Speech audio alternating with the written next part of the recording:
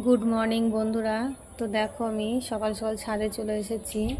আর কালকে সারা রাত ধরে বৃষ্টি হয়েছে, সকালেও প্রচণ্ড পরিমাণে বৃষ্টি হচ্ছিল।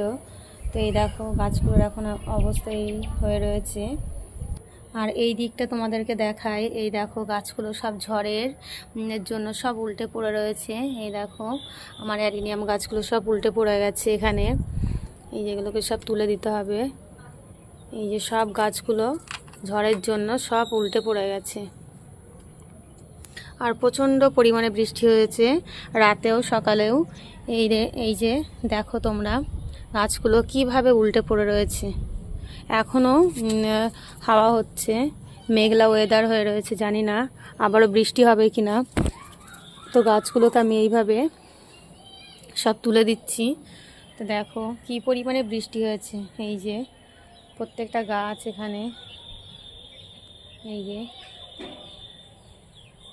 এখানে দেখো আমার যে এটা রজনীগন্ধা না, অপরাজিতা ফুল গাছটা ছিল, সেই গাছটা উল্টে পড়ে গেছে। এই যে দেখো কি অবস্থা হয়ে গেছে।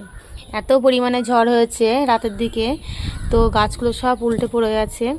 এই যে গাছটাকে তুলে দিলাম, গাছটার শেপটা নষ্ট হয়ে গেছে, এটাকে ঠিক করে দিতে হবে।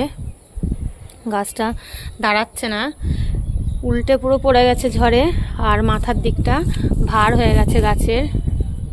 তো গাছটাকে আমাকে পরে ঠিক করে দিতে হবে। এই যে এখানে সব ছোট ছোট যে চারাগুলো ছিল সেই গ্লাসগুলো উল্টে গেছে। এই যে গ্লাসগুলো উল্টে গেছে এখানে,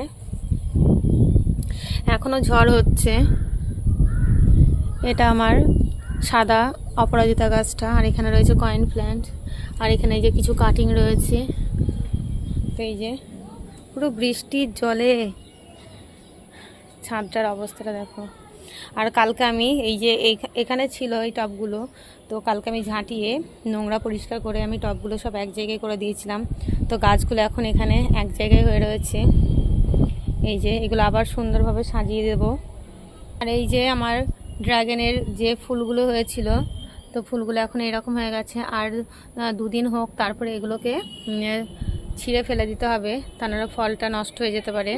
এই দিকটা দেখাই, এই যে এই ছাদে যে এই গাছগুলো রয়েছে, এখানেও একটা টব ঝড়ের জন্য উল্টে পড়ে গেছে। এই যে ইউফরবিয়া যে ক্যাকটাসটা, এটাও ঝড়ে উল্টে গেছে। এই যে পুরো উল্টে গেছে, এটাও পুরো কাত হয়ে গেছে। প্রচণ্ড পরিমাণে মানে ঝড় হয়েছে, গাছের গোড়াটা একদম এটা পুরো কাত হয়ে গেছে। এটাকেও পরে আমাকে ঠিক করতে হবে। এই যে দেখো, আর এই গাছটা তো হনুমানে এইরকমভাবে করে রেখে চলে গেছে। হনুমানে এটাতে সব ফুল টুল খেয়ে চলে গেছে। তো ভিডিওটা তোমাদের কেমন লেগেছে বন্ধুরা, অবশ্যই তোমরা কমেন্টে জানিও। আবার নেক্সট ভিডিওতে দেখা হবে। তো ভিডিওটা আমি এখানেই শেষ করছি।